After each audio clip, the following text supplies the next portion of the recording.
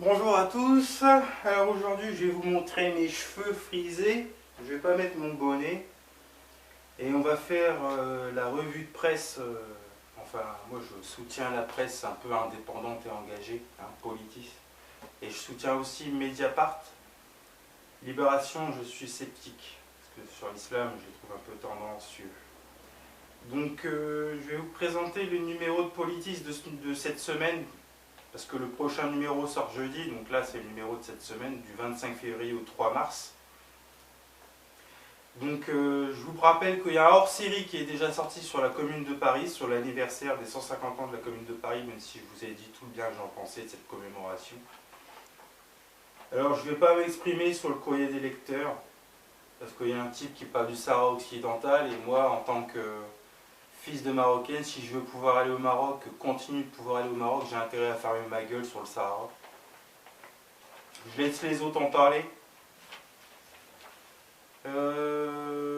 Alors il y a un billet de la rédaction sur Macron qui essaye de faire appel à des influenceurs sur YouTube et Instagram pour se faire bien voir. Alors lui il dit que ce Patrick Pirot, il dit qu'en fait faut pas prendre ces Carlito et McFly, les youtubeurs influenceurs pour des dindons, pour des cons. Parce qu'en fait, même s'ils se laissent prendre au jeu de Macron, eux, ils vont reverser tous leurs bénéfices à des aides d'associations à des associations d'aide alimentaire aux étudiants. Bon, je vous laisse dire le truc. Je passe sur l'agenda, mais je vous quand même, parce qu'il y a des dates qui sont passées, mais je vais quand même vous dire que le 6 mars à 15 heures, avec les amis du monde diplomatique, vous tapez les amis du monde diplomatique sur Google, et il y a un débat à 15 heures le 6 mars sur Sanofi-Sanofric. L'édito de Denis Siffer sur l'islamo-gauchisme, le débat sur l'islamo-gauchisme, il y a tout un dossier là-dessus, avec Michel Soudaïs et Ronnie Gosser qui parlent de ça. Et je vous invite à lire, l'article de Taï Kiakis sur le site, le QG décolonial, sur l'islamo-gauchisme à l'université.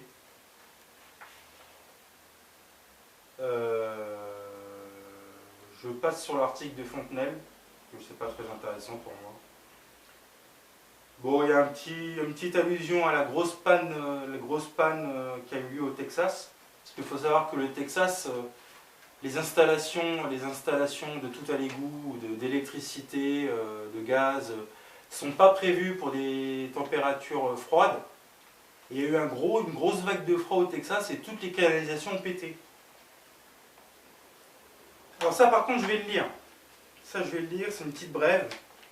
Il y a un nouveau média indépendant qui se crée en Bretagne, il s'appelle Splan. S-P-L-A-2-N. Splan.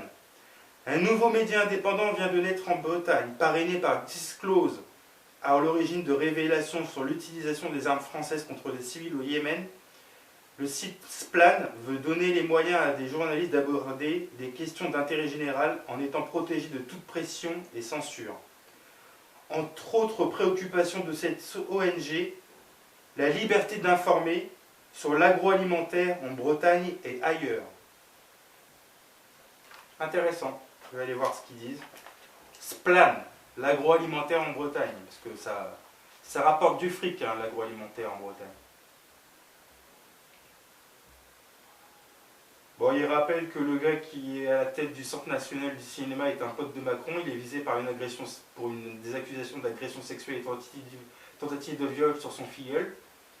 Et que plusieurs organisations du cinéma, dont la CGT Spectacle et le collectif 50-50, ont demandé à ce qu'il dégage du CNC. Alors lui, il est soutenu par Roselyne Bachelot. Il y a un article sur la répression en Birmanie. Alors moi, je l'ai dit aux camarades de Révolution Permanente, le coup d'État en Birmanie, j'en ai rien à foutre. La répression, j'en ai rien à foutre. Qu'il y ait une grève générale avec des millions de manifestants contre la dictature et l'armée en Birmanie, j'en ai rien à foutre. Que Aung San Suu Kyi soit en prison, je m'en fous. Parce que, en fait, tous ces gens-là qui sont en grève en ce moment, il y a eu quoi, 3 morts, 4 morts, 5 morts, et alors, je m'en fous. Tous ces gens qui sont en grève par millions en Birmanie, ils avaient fait quoi quand les musulmans Rohingyas étaient pourchassés soumis à un nettoyage ethnique et à un génocide par les moines birmans et l'armée birmane. Qu'est-ce qu'ils ont fait contre le génocide des musulmans birmans, les Rohingyas, l'ethnie des Rohingyas? Qu'est-ce qu'ils ont fait? Ils ont fait une grève générale? Ils se sont révoltés en solidarité avec les musulmans? Non. Alors je m'en fous. Qui s'entretuent entre eux, les Birmans? Qui s'entretuent entre eux? Oui, ils disent aussi que 75% des doses de vaccins ont été administrées dans seulement 10 pays riches. 75% des doses de vaccins dans 10 pays riches. Mais sachez que le Maroc, qui n'est pas un pays riche, le Maroc n'est loin d'être un pays riche, est le 6e pays du monde, classé 6e pays du monde à avoir réussi la vaccination. Au Maroc, il y a presque 4 millions de personnes qui sont vaccinées. Ah oui, il rappelle que par rapport au maire écologiste de Lyon qui veut des repas sans viande, il rappelle que Darmanin est un hypocrite parce que quand Gérard Collomb était maire, il a pris la même mesure pour nourrir 29 000 élèves lyonnais à la sortie du premier confinement. Et il n'y avait pas de polémique quand c'était Gérard Collomb qui demandait un menu sans viande pour nourrir les gens. Donc c'est parce que c'est un écolo qui fait ça, et donc quand il y aura les présidentielles avec les écolos, il y aura des polémiques du même type, quoi. Alors aujourd'hui, le 2 mars, je vous donne je vous lis la brève, le gouvernement s'accroche coûte que coûte à sa réforme de l'assurance chômage. Les syndicats, convoqués au ministère du Travail le 2 mars pour clore la concertation commencée à l'automne sur le sujet, se retrouvent en revanche dans une rare unité. CGT, FO, CFDT, CFE-CGT et CFTC ont signé le 23 février un texte commun dénonçant, entre guillemets, les importantes économies budgétaires aux seuls dépens des demandeurs d'emploi. N'oubliez pas non plus qu'il y a chômeurs et chômeurs. Hein. Il y a le chômeur qui travaillait au SMIC et qui se retrouve avec 500 boules ou 600 boules. Et il y a le cadre qui avait un salaire de 2000, 3000 euros et qui, avec son allocation chômage, va faire partir en vacances en Europe. Il y a chômeurs et chômeurs.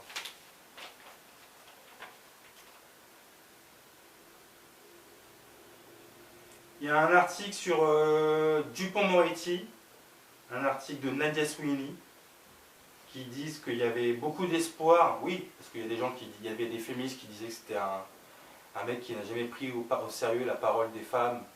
Mais il y avait quand même beaucoup de gens qui se disaient « Ah, c'est un mec, c'est un avocat pour une fois qui est nommé. » Robert Badinter aussi est avocat, il a fait beaucoup de choses, Robert Badinter, donc si c'est un avocat, c'est bien. Et puis les gens voyaient que c'était ses origines ouvrières. Moi, j'avais vu ses origines ouvrières. Donc je me disais aussi que c'était peut-être pas mal cette nomination. Et qu'en fait, ouais, voilà, il s'est renié. Il s'est renié. Mais il y a des gens qui rappellent ce qu'il avait fait, à l'époque de l'affaire Doutreau, et qu'il avait mis la pression sur des gamins de moins de 10 ans en remettant en cause leurs paroles, alors que finalement, le juge Fabrice Burgot avait plutôt fait du bon travail apparemment. Et que c'était un avocat qui avait vraiment mis la pression sur des gosses, alors que ces gosses n'avaient même pas accès à la presse, parce que vu leur âge, ils ne pouvaient pas parler dans la presse. Un article sur le foncier par Jérôme Glaise, enseignant à Paris 8, l'économie à contre-courant. Faut-il consacrer le foncier des villes à la construction des logements sociaux ou de jardins? Alors il dit par exemple que des fois la droite, elle s'allie avec les écolos contre les logements sociaux, parce que les écolos veulent des espaces verts, ils ne sont pas forcément pour construire mettre des logements sociaux à tout prix, ils aiment bien les jardins. Et du coup la gauche qui n'est pas écolo dit « Ah, c'est une trahison ce que vous faites les écolos ». C'est vrai que les logements sociaux, ça prend de la place. C'est du béton, les logements sociaux. Hein, les écolos? En même temps, essayer de convaincre les gens de vivre à la campagne. Voilà. Bon, je passe sur les deux affaires de justice où l'État a perdu son procès et où Total a perdu son procès. C'était sur les affaires écolo. Alors, un article sur le mouvement en Algérie. Je vous cite un passage.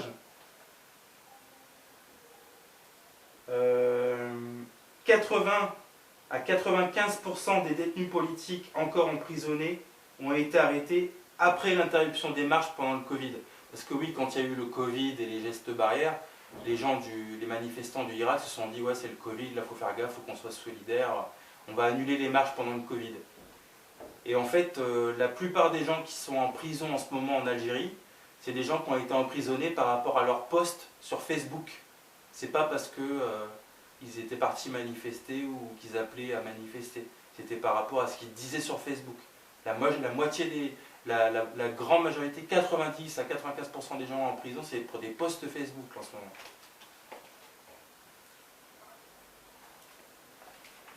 Et c'est vrai qu'au Maroc aussi, des fois, un simple post ou une simple chanson de rap, ça peut t'envoyer en tôle. Alors, vous savez, en France, vous pouvez dire tout ce que vous voulez sur les réseaux sociaux. Hein.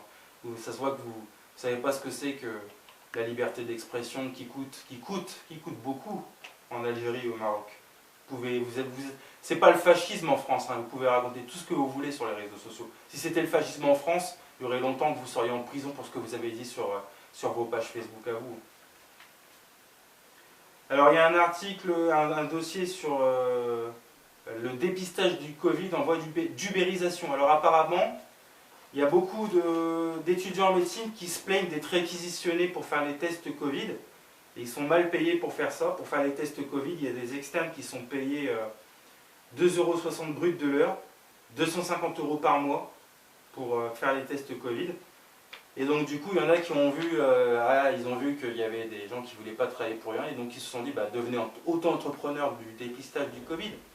Et donc il y a des étudiants en médecine qui ont joué le jeu et qui se font de la thune apparemment. C'est le Uber Eats du dépistage. Et apparemment, on se fait de la thune. Parce que bien entendu, les livreurs à vélo ou en scooter de bouffe, c'est des sans-papiers. Mais le Uber Eats, l'ubérisation du dépistage, c'est des étudiants en médecine. Et les étudiants en médecine, ils se font de la thune. Je ne vais pas les plaindre. Mais bon.